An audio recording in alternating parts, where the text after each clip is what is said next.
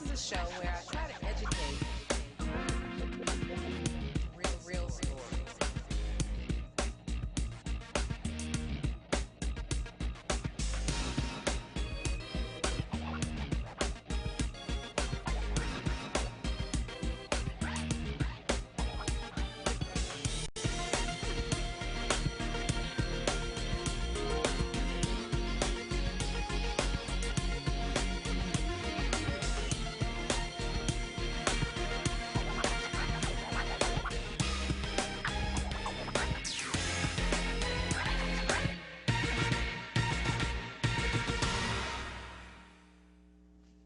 Welcome to Truth and Justice with Vivian King.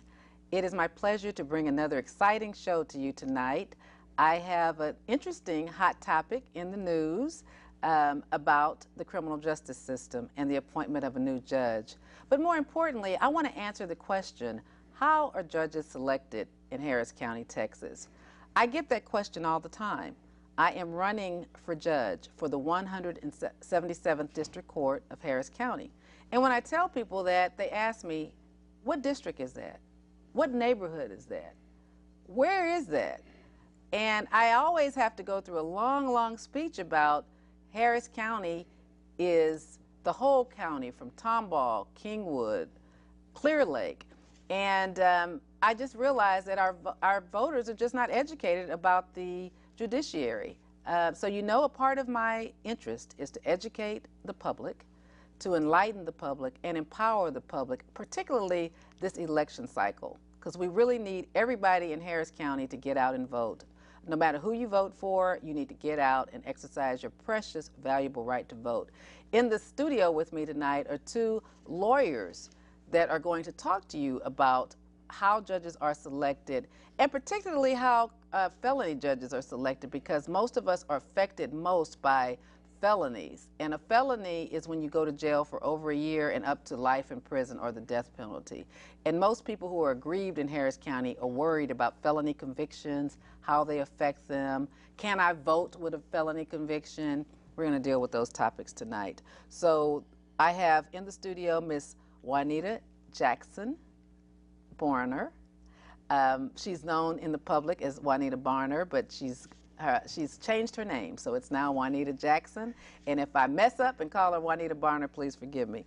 So let's let the camera go to Juanita, and please introduce yourself, please. Well, I'm Juanita Jackson. I am an attorney, a criminal defense attorney. Been practicing here in Harris County for 14 years.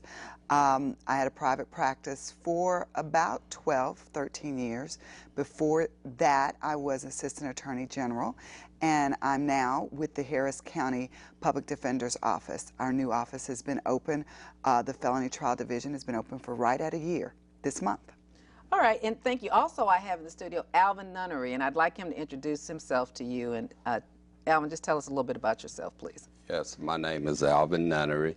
I have been licensed to practice here in the state of Texas since 1982. Started in 1985. I was an assistant district attorney here in Harris County, Texas. In 1990, I left on my own to go into private practice. I am one of the few attorneys here qualified to do death penalty cases. In fact, I've tried 13 death penalty cases to verdict. I handle everything from traffic tickets all the way up to and including capital murders. And I have worked in every criminal district court here in Harris County. So I'm more than qualified to speak to what goes on in the courts. Thank you for saying that. And I never say that to my viewers either. There are just a few of us who are qualified to do death penalty cases in Harris County, and I am one of them also. And it's a rigorous test and qualifications and continuing legal education that's required to be on the list to be appointed, to make sure that you know all of the laws and the rules, which are separate in death penalty cases than they are in regular felony cases. But let's just jump right into it. I want to start with Alvin, since he's our senior lawyer, being licensed for 30 years, and he's going to explain to us how judges are selected in the state of Texas. I'm saying Harris County, but it's a state law, and it's different in every state, so it's not the same in every state, and ours is unique. So Alvin, explain to our viewers how judges are selected. Okay. Well, basically, as you've indicated, citizens in the county get to vote for all the district court judges, and I believe we have 22 district court judges. They're not all on the ballot at the same time. This particular cycle, I believe there are about nine benches. And typically what happens is that the parties choose a candidate. The Republican primary just ended, and they had a few contested races, but by and large, they chose their slate to run against the current judges. As I understand it, I think the only incumbent Republican judge on the ballot is Judge Ellis. Everyone else up for re-election are Democrats. And typical of the process here is there is no evaluation done of the merits or lack thereof of the candidates. It's just simply each party runs someone against the other. And I think therein begins the problem. It is more partisan and political than it is looking at qualifications and experience. And as we go further into that, I think therein lies the major problem with this entire process. I agree. Juanita, would you like to weigh in on that? Well, I think the bottom line is that people are not aware that the judges, both district and county judges here, are elected, and they're elected by the citizens. And the upcoming election is the district benches, and then the off-year election in 2 years are the county positions, and those are the misdemeanor courts, where it's all about election, and people usually don't even know, and it does almost always fall along the party lines. What party is able to get the most people out to vote is who ultimately ends up being elected judge. Well, Juanita, I want to ask you this question. Since you ran for a county bench, which is the misdemeanors, right, which are when you go to prison for a year or under, right, to the county jail. Tell me about that. So there are 15 misdemeanor courts. They're all up during gubernatorial cycles. Right. So all That's 15 correct. judges are Republicans. Is that Yes. correct? Yes. Tell me about that. Well, the process, as you pointed out, it's the same, but just like the district benches, they're not all up at the same time. It is a cycle. They're on a 4-year cycle, so all 15 will not be up for election in 2 years. 2 years ago, when I ran, there was a number of them that were up, so they kind of run against each other. Now, that's a little different from what I thought. I believe that all 15 are up during the gubernatorial cycle. Oh, during the gubernatorial. Misdemeanor, that's all correct. misdemeanors. Yes, yes. All 15 misdemeanors. Yeah, I'm sorry. I was directing your question to the misdemeanors since you ran for a misdemeanor Right. bench. All 15 are up during the governor's cycle, so that will be in 2014. Right. That's So correct. none of the misdemeanor courts. So if someone has a child out there that has a DWI, or you have a DWI, or possession of marijuana, those are misdemeanors. Driving with your license suspended. What are the other typical ones? Theft, shoplifting, Yeah. under $1,500. Those are misdemeanors where you go to the county jail for Possession punishment. of weed. Right. Possession of weed, possession of marijuana. Those courts are up in 2014. So generally, people don't know who they are. It runs with the governor. So in 2010, Rick Perry won. All the Republican misdemeanor courts are on the ballot with him.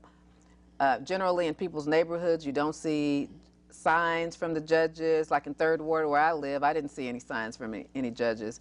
You just don't know who they are and how they get there, but they're all a straight ticket, straight party election. Most Republicans go and vote straight party, you know, big voting blocks like in Kingwood, Tomball, like the areas that we talked about before.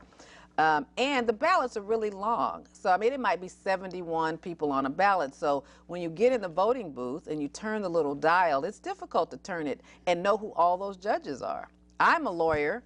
I practice in the criminal court. I know all 37 criminal judges, which is 15 misdemeanor, which is county. The official term is county, but those are the misdemeanor courts.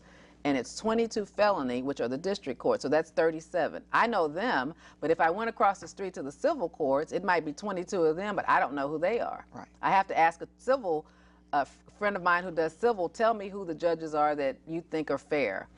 When I go to family court, I don't know who those judges are, but I ask a family lawyer, tell me who the judges are that are fair over there. Probate court, which is where there are wills and death situations, I still don't know, because there's so many in Harris County. Do you want to say something else? Yeah, let me just add to what this partisan straight party ticket voting yields is a judiciary that does not represent the community. When you look at those 15 misdemeanor courts, you only have one black, not one Hispanic. And that has been the case now, I'm thinking, for like the last 16 years. We have one black misdemeanor court judge, that's Mike Fields, and amazingly, he actually survived a primary where he ran against a Republican incumbent. But generally speaking, Hispanic candidates do not do well in the Republican primary. So therefore, you have essentially an all-white judiciary. And that's not necessarily casting aspersion on them, but when you go down to the courthouse looking for justice, sometimes you want to see people who have your experience and background, and this partisan straight ticket voting does not yield that, especially in the misdemeanor courts. And while these are minor offenses, this is where, for example, young offenders get theft convictions that inhibit their ability to get jobs for life. So it's important to have people on those benches with sensitivity and some awareness of what's going on in communities other than Kingwood and Clear Lake and those where minority citizens don't often reside. Do you want to make a comment about that? I totally agree, but we must point out that none of the county benches are up at this time. Correct. So this time, the benches that are the most important, that we need to get the word out to make people realize, are our district court positions. And of those 22 judges, at this point, we have 3 African American, and they are 3 African American females. And we have 2 Hispanic, and those are all, with the exception of Judge Belinda Hill, the others are all recent, meaning this time that they're up for re-election, they've only been on the bench the last 4 years. They got elected in 2008. So prior to that, the face of the district bench looked pretty much like the face of the, well, looked exactly like the face of the county bench. Historically, in this decade, we've had one, up until recently, we had one African-American felony judge and one African-American misdemeanor judge. And for a county that as diverse as Harris County, you know, we need to get the word out that we need to do something about that. There needs to make a difference. Now, I'm not saying that we should pick our judges based on race, but we should at least look at the fact that the most experienced person should be who we should vote for. What we talk about is that people are not aware, and the purpose of this is to talk about the fact that judges are elected by the party, and they're not necessarily elected by the people. And the fact is, they're elected as opposed to the best candidate for the job. Okay, and go ahead, Alvin. Oh, and I was going to say just one thing. Even prior to the Democrats being elected in this last election cycle, we had 2 African-American Republican judges, but they share one thing in common. They were not individuals who went through the regular process. Each one of them were appointed by the governor. So even within the Republican Party, appointed by the Republican governor. That is correct. That is correct. So again, it's difficult for minority candidates to navigate through that Republican primary process. They have to have the rubber stamp of the governor or someone in order to survive that process also. And let me just say this, though. I want the voters to understand this also. So even the governor's race is the one that deals with most of the judiciary. So I want to keep the numbers together. I'm the former accountant, so I keep these numbers together. All 15 misdemeanor benches are up in 2014 with the governor, and 13 of the 22 felony courts are up in 2014 with the governor. So 28 of the 37 total courts are up during the governor's cycle. Okay, so since we have had Republican governors since Ann Richards, we've always had Republicans during that cycle. Now, when Obama ran in 2008, 9 benches of the 37 were up. They were all felony, which are the district courts, and 8 of the 9 became Democrats with the Obama ticket. But it was a slight lead. The Democrats won by 0.4%. So keep that in mind. And Judge Ellis in the 351st is the only Republican that survived 2008. So, so this election cycle is important, and I want voters to understand that if you want to know something about judges who are running, since they don't do a lot of campaigning, the Republicans don't have to, because it's going to be straight ticket with Romney this time. So they'll be on the ticket with Romney and really just have to pander to their base. And the Democrats will be on the ticket with Obama. And basically, you need to understand as voters that it is a party election. It's not an individual election. And a distinction, I make that distinction because, like, on the odd years, which is next year, 2013, that's when we have city elections. City elections are nonpartisan. That means the party is not stated. So that might be Jolanda Jones versus Juanita Jackson. So you don't know what party they are. You have to know who the people are and which one you want to vote for. I submit to you that that would be a fairer way for judges to be elected. I would like to run Vivian King against my opponent as an individual without a party designation so that the best person actually wins. You have to decide which person you want, but that's not the way it works here. And that's very frustrating to get good candidates because you know, you can't, I might be number 71 on the ballot, and are you going to spin the wheel 71 times to find me? I mean, will you know who I am? So it's frustrating, but it is important that we figure out a way as leaders in the community to educate the community so that you can make a knowing and intelligent decision. I submit to you not to go into the ballot box and just vote for 5 people because you know those people. Have the courage to vote for a party, because that is the way this system is designed. Other states might have where judges are appointed and then they're just retained. There's an election to retain them. But that's not the way our system is. It is a party election, and we can't get around it. But we also need to point out, because Alvin pointed out, and I think part of the topic needs to go into, is the fact that there are times that judges are appointed. And those are times when a seat is vacated. Right. And and I agree with that. But that's like a different issue. And if you don't mind, let's hold that, because we're going to talk about that around the 177th. Right. We're going to talk about that later today. So we do have a phone call, so let's take a call. Caller, you're on. Please turn your TV down and just talk to me on the phone. Good evening. Hello, how are you? Do you think voter suppression is going to be a factor? I do. Absolutely. How do you think it'll be a factor, sir? Well, I think that, for instance, since we're talking about Democrats here, they're the ones being suppressed, that maybe they should put out a commercial or some sort of advertisement saying that, oh yeah, you can vote if you're a convicted felon, for one. You can vote without an ID if you're absentee. I believe both those things are correct, right? Yes, sir. Yes, sir. The felony rule is that if you're not on parole or convicted on probation, then you can vote. If you're on deferred adjudication, you can vote. I don't think most people know that. Yes, but that's what the rule is. So if you went to prison for 20 years and you're off parole, you can register to vote and vote. So that is the rule in Texas. You can vote immediately, as long as you're not on paper, as the young people say.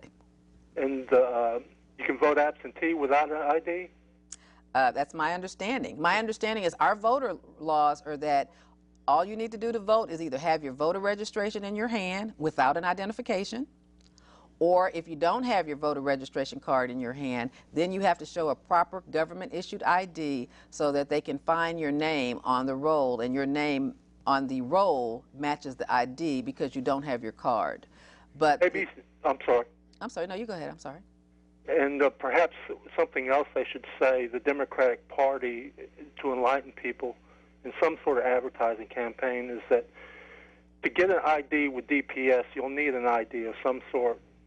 Absolutely. Also, and that's so funny because we're going to talk about that a little bit later. Juanita Barner was going to read over something that just happened with us, with a teenager having a problem renewing her ID. So keep watching and listen to that and call back if you have a comment on it. What's your next comment, sir?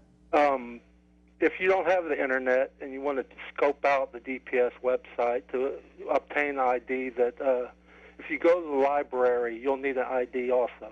Wow. It Absolutely. used to be that way, but it seems like someone got to them.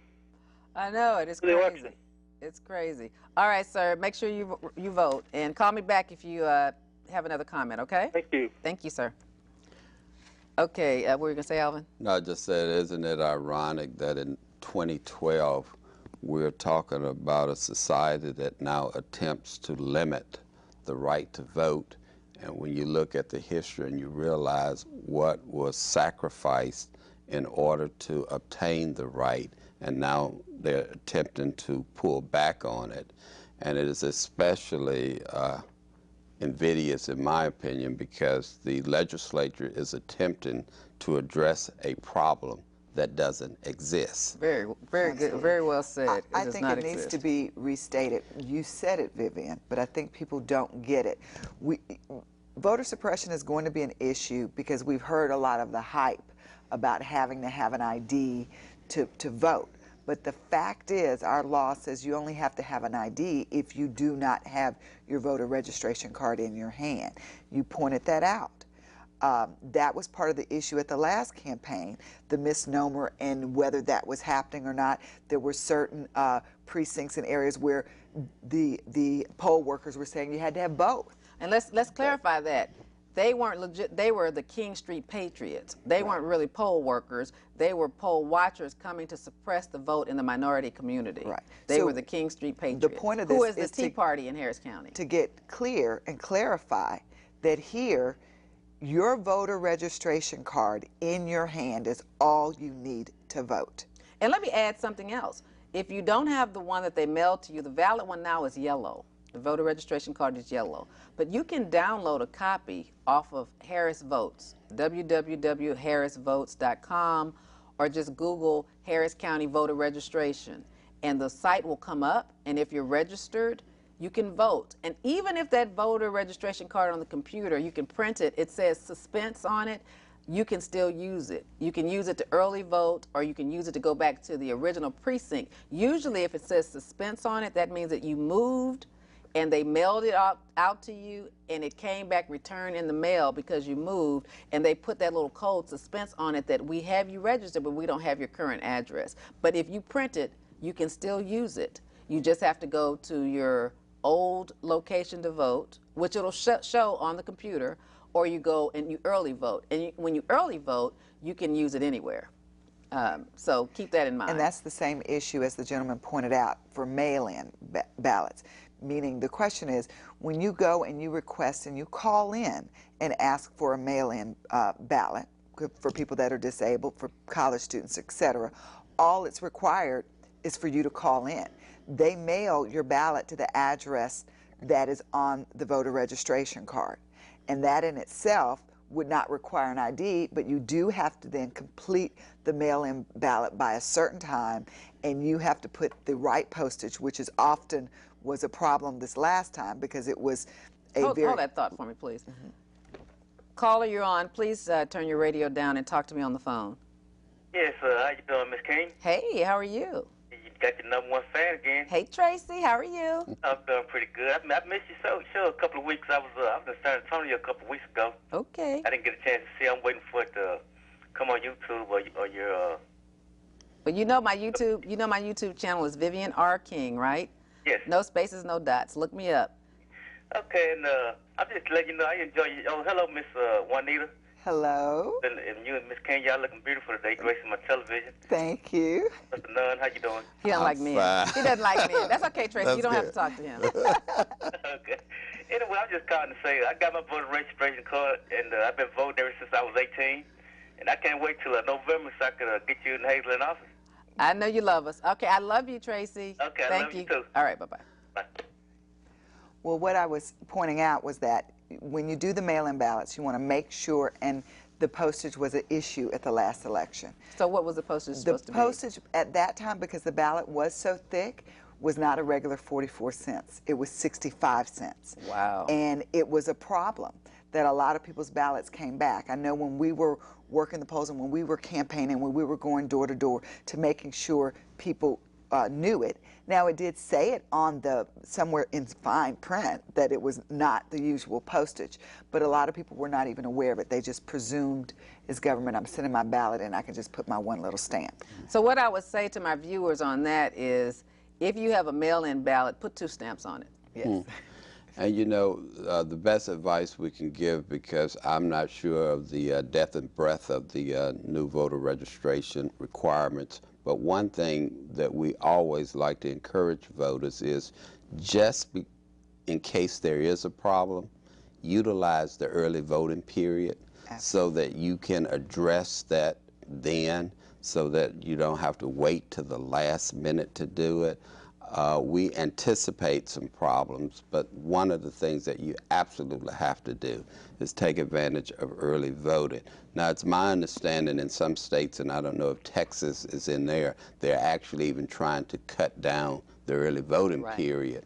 So I hope that is not the case. But once again, know those voting dates, and where possible, absolutely take advantage of early voting. And let me make a comment on early voting. The advantage of early voting is that you can go anywhere. So you can go close to your job. You can go, a lot of times they're going to be at least one Saturday, at least one Sunday.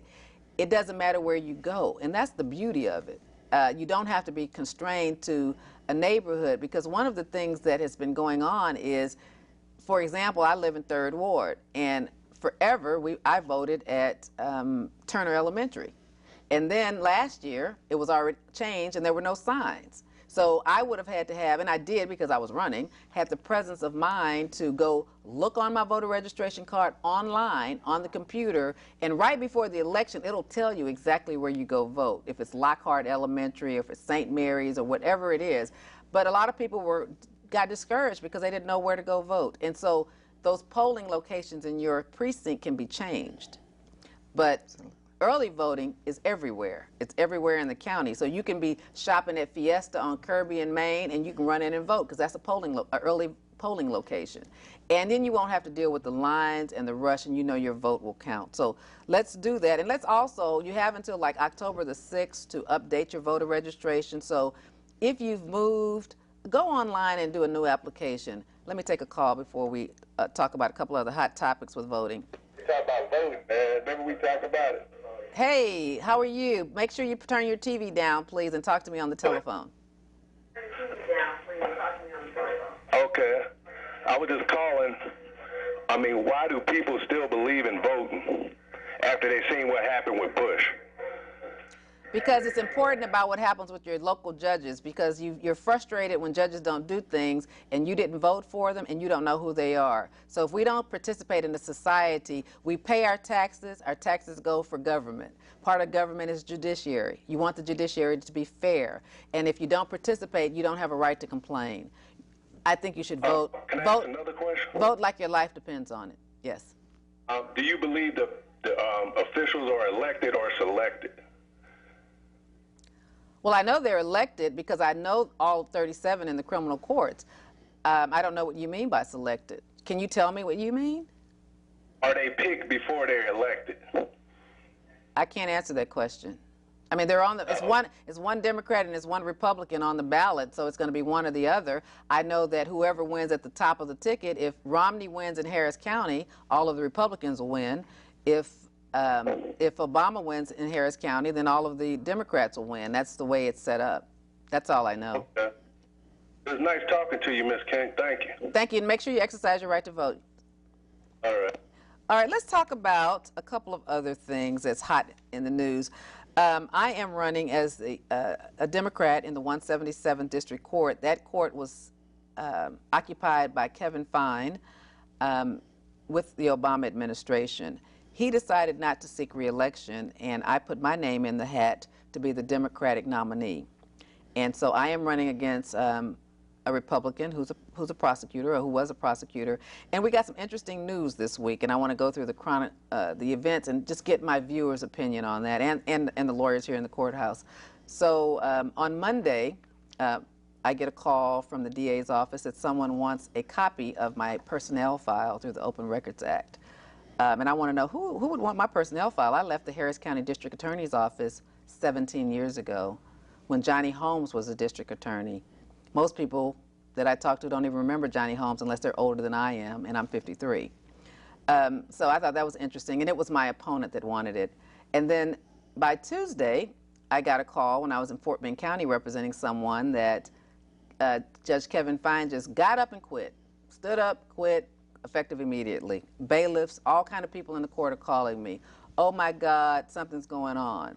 By 6 o'clock, I'm at a private gym. A lady walks in and says, oh my God, you're running for judge.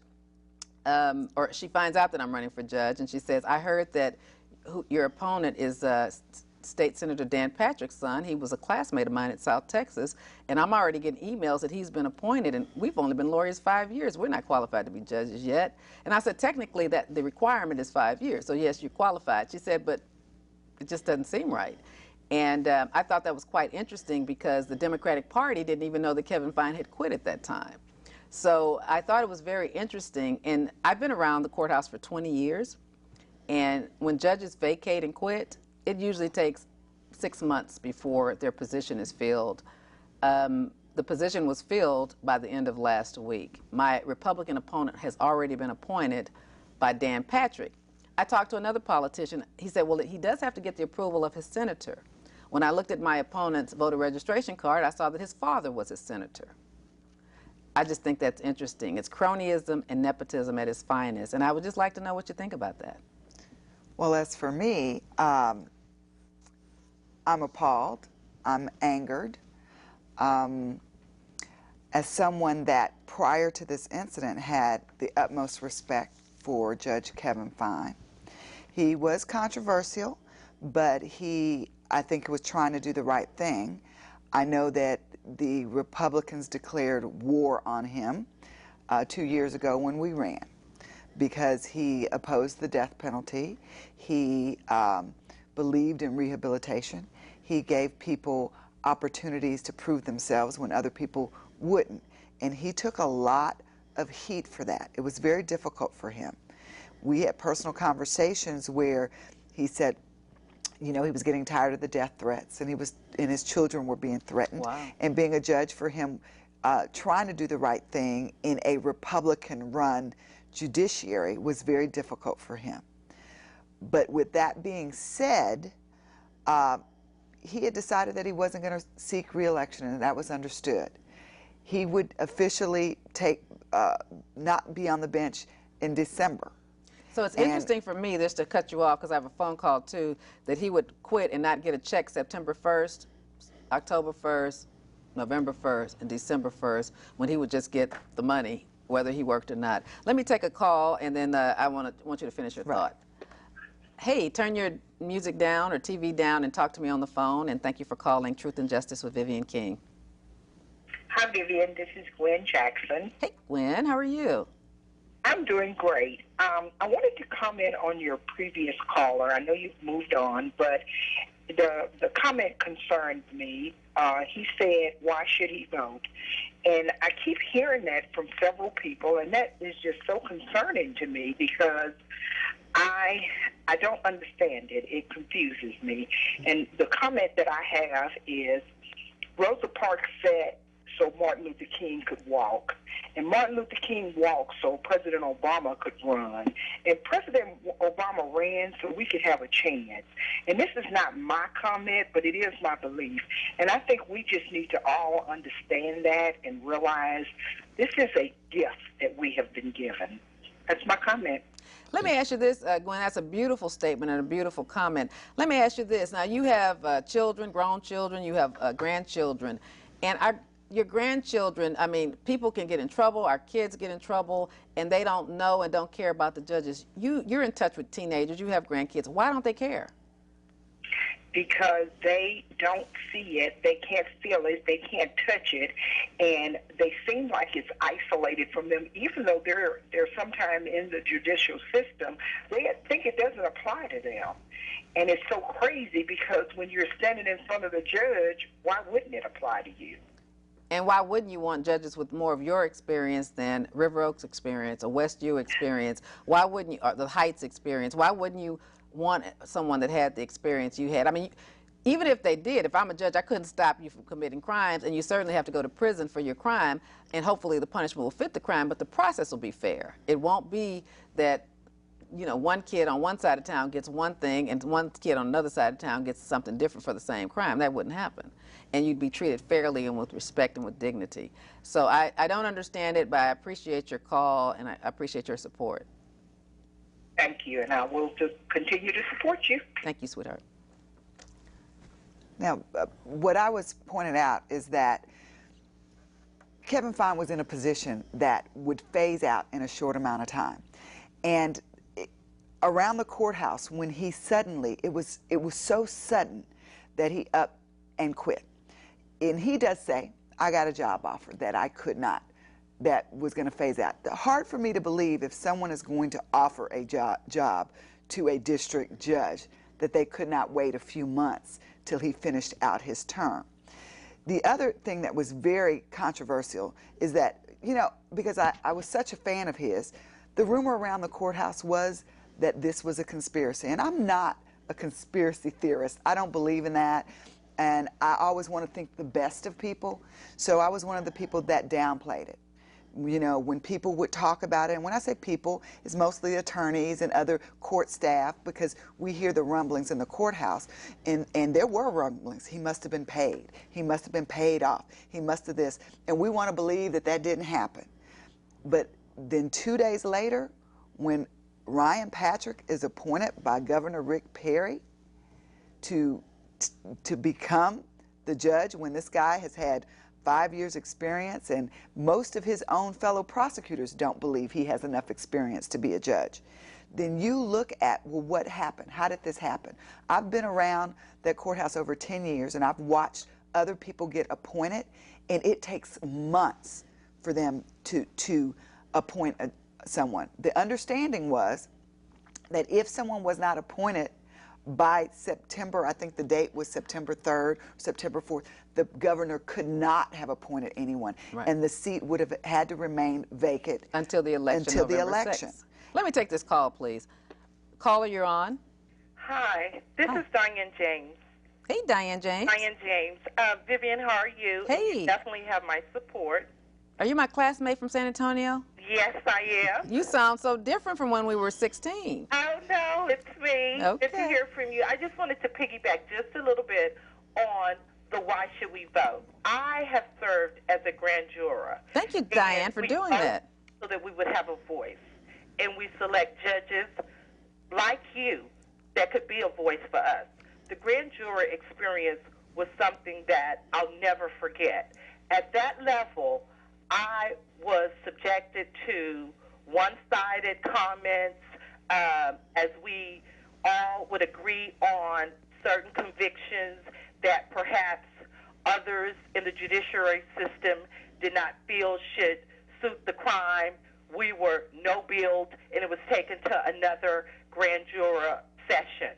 So for those people... And let me ask you this, just to be just real direct, because in my years left, I want to be very direct and honest and open dialogue. Did you find a lot of racism in it, in the process? It was a lot of everything in the process. Yes or no, Diane?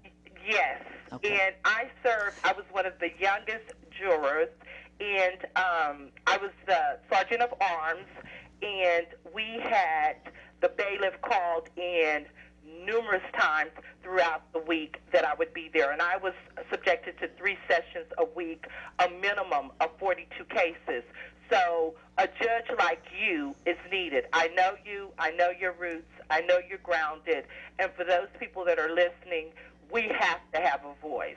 We've come too far not to have a voice, and I just wanted to share that with your audience, and you definitely have my support. Diane, thank you so much for calling, and thank you for volunteering your time. A grand jury service is such an important function. It's a 3-month commitment.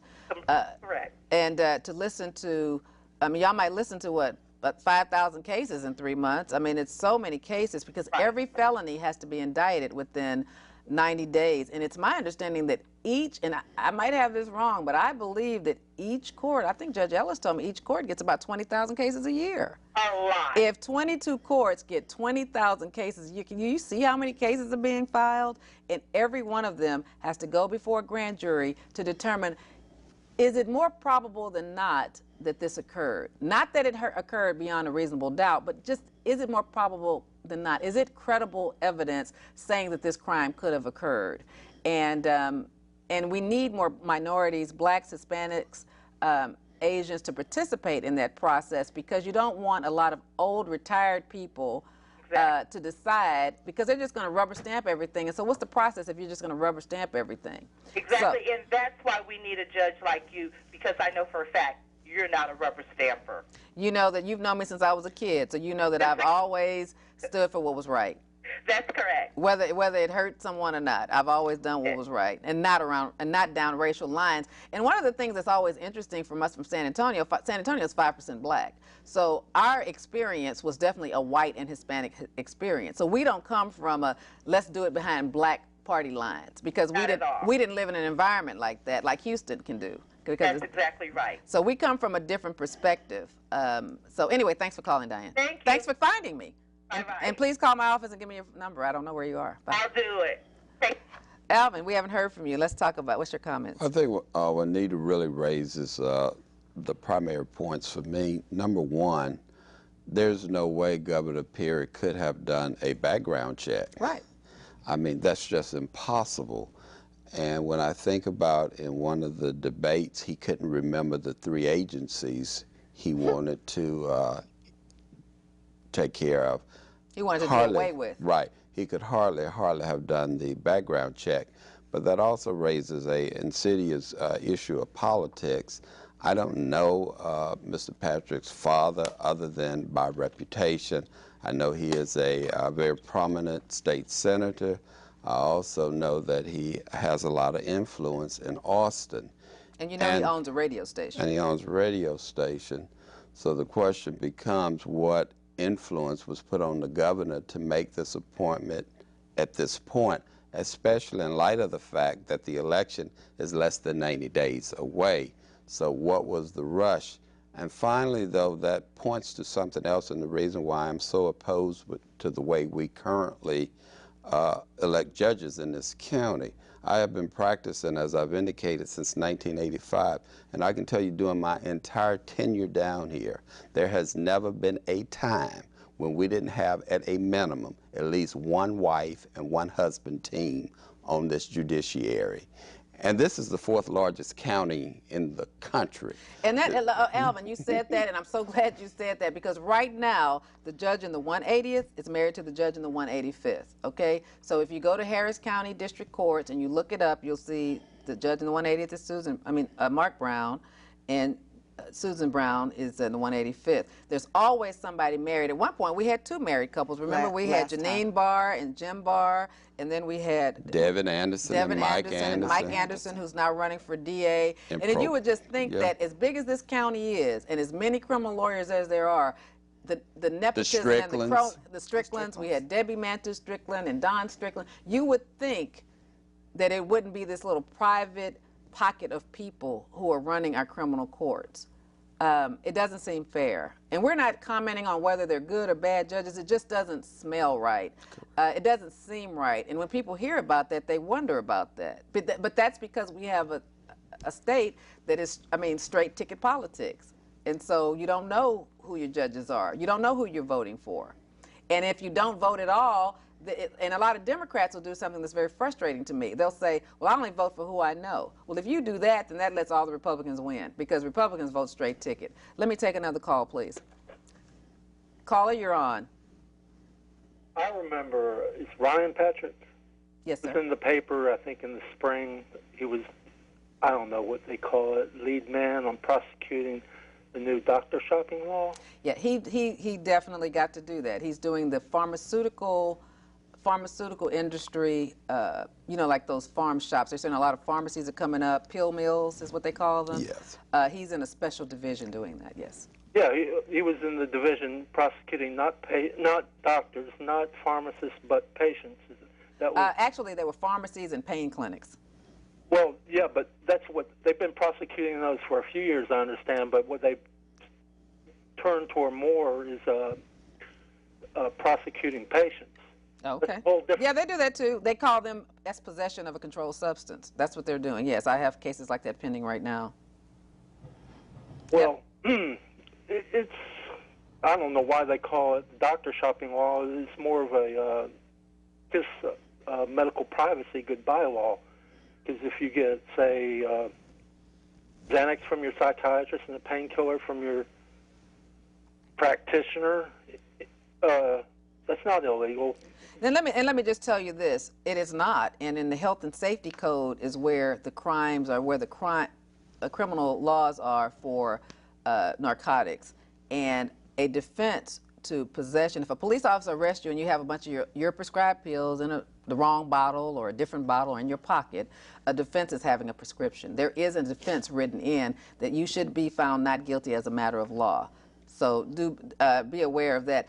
We have just a few more minutes, if you don't mind. Do you have another comment? Can we get to another little part of our topic? Sure. Go ahead, please. Thank you. Thank you. I wanted, Juanita Jackson had a situation, one of her girlfriends, Paula Kemp, who's a fellow lawyer, her daughter, who was 17? 19, she lost her driver's license, her ID card, and she went to DPS to try to restate it. I mean, to renew it or get a new one, and she had difficulties. Juanita's going to read to her the problems that she had, and I wanted her to read that off of her iPad. This morning, her daughter went to DPS to get her driver's license. She had lost it and needed to get another.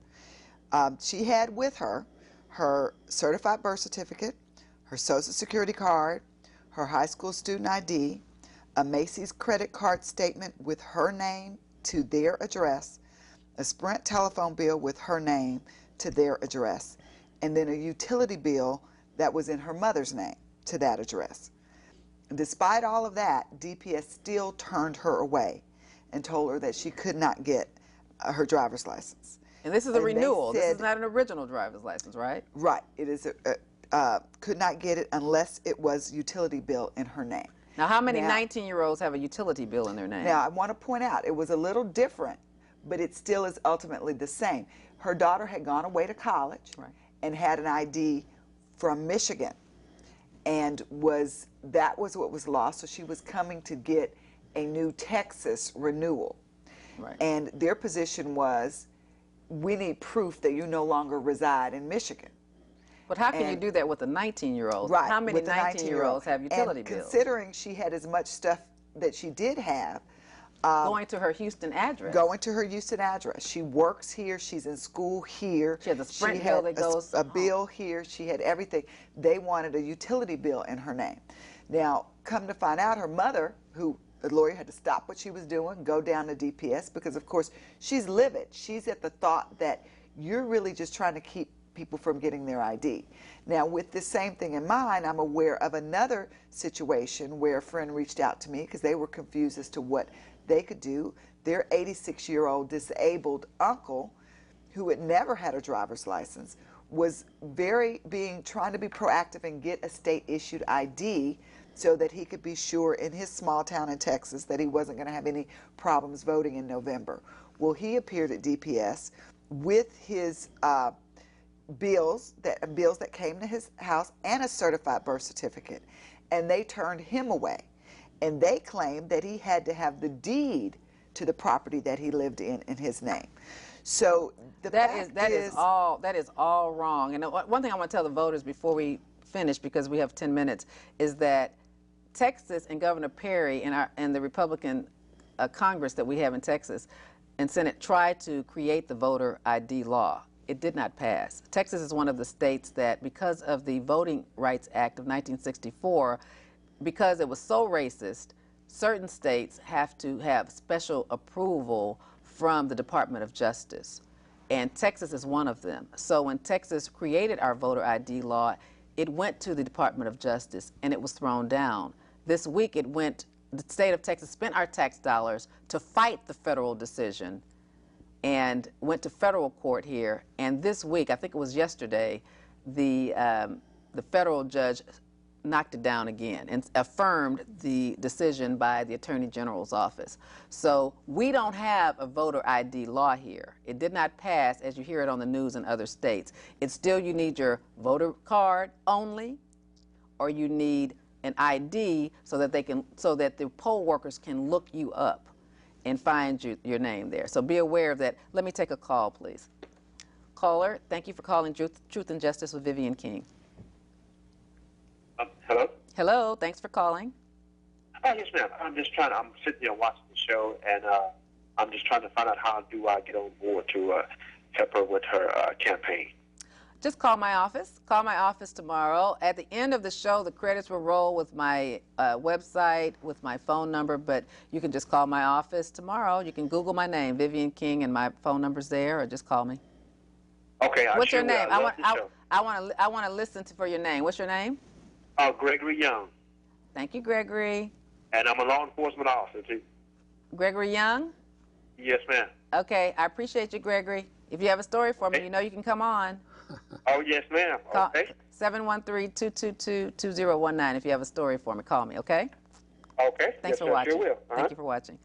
All right, we have 7 minutes, so I'm going to let you guys kind of say some closing comments and see if I forgot anything. So let's start with Alvin. Well, one of the themes here tonight obviously has been the importance of voting. Obviously, I wasn't to vote for you, but I was almost just going to say it doesn't matter who you vote for as long as you exercise your right to vote. But that vote should certainly be predicated upon information. It shouldn't be predicated upon party affiliation or identification per se. You really need to know who your candidates are. No institution touches the lives of this community more than the courtroom, whether it's from birth or death, juvenile courts to probate courts and everything in between. It is absolutely essential that you exercise your right to vote. And to me, you're running for a criminal bench, and to me it's a crime not to exercise that right. It should be almost criminal not to exercise that right, given especially what we people of color have had to endure in order to obtain that right in the first place. So I just urge every citizen out there to check his or her voter identification card information, not once, not twice, but 3 times, to make absolutely sure everything is in order. And when the early voting period begins, you exercise that valuable, valuable constitutional right. And again, there are some excellent, excellent candidates on the ballot, and this is not a place to endorse. However, I would say that the narrator of this show should be prominent in any decision you make in terms of who you choose to be one of the criminal district court judges, because what is involved is so important. And I don't think anyone has any worries about Vivian being fair and impartial. And that, at the end of the day, is what we ask of our judiciary. Let me tell you what's interesting. Before you comment, Juanita, I got an opportunity from the DA's office to look at my personnel file before they gave it to my opponent. And it was so long ago I forgot, because I became a lawyer and an assistant DA 20 years ago. And I saw all of my evaluations, even from the day I started in August of 1992. And what theme ran with everybody who evaluated me was, she's always so fair-minded. Even, and that was as a prosecutor evaluating other prosecutors, evaluating me. So I am a Libra. I've always tried to balance everything. I mean, that's just, my gut. I'll fight for what I think is fair and right. And I'm disappointed. Diane James and I are from San Antonio, a different time. 5% black, but we knew everything about politics. I talked to people from Beaumont. They know everything about politics. From Chicago, it doesn't matter if they're rich or poor, minority, majority, they know about politics. What's so frustrating about Houston is that the people don't know anything about the politics. They don't know how the judges are elected. They don't know how city council. And it's not your fault. It's our leaders' fault here, because the leaders are all for themselves. Everybody's talking about themselves. I mean, it's not your fault that you think that Sheila Jackson Lee is in a congressional district. She is. A district, taxation without representation. You have to have representation. Your tax, a district is drawn so that minorities are represented in D.C. But judges are not elected that way. It's the whole county. So I want to make sure that that's understood. And let me let you make your final comments. The issue is voting makes a difference. People think that one caller tried to imply, why do we vote? But the bottom line is lives are changed. Lives are affected in everything that we do, especially in our justice system.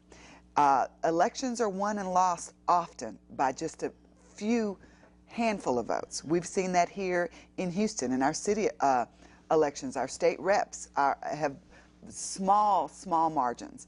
And it makes a difference as to people getting out and voting. And what matters is who is there the next time your loved one is before a judge. Who is there makes a difference whether you voted or not.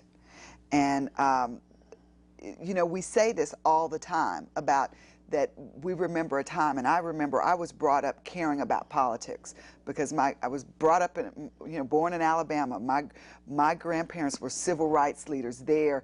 My mother said I was in a stroller with water hoses turned on me as a child. And so I understand the importance and the power of the vote, and we need to get out there and make a difference. Okay, do we have any other callers before we wrap this up? We have about 2 minutes, so I'm trying to think of something I can say in these last 2 minutes. I know that we have a very good show for you next week. We'll go back to our normal format with someone telling their crime story. We have a lady that has had a theft case hanging over her for 20 years, and she is going to talk about that next week. Voting does matter, though, and you know, it just bothers me that you want fairness, because when Kevin Fine vacated, there are so many decisions that are before him that people are waiting on. And I know we kind of wrapped up the Kevin Fine issue, but I think voters need to, viewers need to understand the complexity of this. This man resigned 2 weeks before the deadline that no one could ever be appointed. He resigned in the middle of decisions that were left undone. He had started hearings and had continued them that were supposed to happen in the next week or so, that decisions, important appellate decisions that were supposed to come down. People had writs of habeas corpus, motions for new trial that were pending his final decision. And so when people question his reason for resigning, all of a sudden, at that moment, when if he had just waited 2 more weeks, no one would be able to be appointed. If he had waited and made some important decisions, and now in the middle of all of this, a new person, Ryan Patrick, will be there, less than 5 years experience, that ultimately has to take over things right in the middle. It's not fair to him. It's not fair to him. It's not fair to the people whose lives are depending on that judgment. For someone now in the middle of a hearing, there were several that were continued. So when people ask, for the first time for me, thinking that I didn't want to think that there was a conspiracy behind it, but when that happened, I'm sorry, that's suspect. And then when you find out the person that's appointed, father had to recommend him, who is a state senator, and that Rick Perry appointed someone in 3 days, something in the past takes a minimum of 3 to 6 months to do. It's a conspiracy. Thank you for watching. We hope we have stimulated your thought processes. We have gotten you interested in the criminal justice system, interested in voting. You can find any elected person by just looking for their websites, looking for their names. You can Google who are the Harris County judges. All the names will come up, whether it's civil, family, criminal. I invite you to get involved. Thank you for watching Truth and Justice with Vivian King, and thank you to my guests to sacrifice their time to do their community service to answer your questions. Thank you. Thank you for tuning in again. Tonight we have something really good, a hot topic in the news this week. He's been charged with crime. This is a show where I try to educate real stories.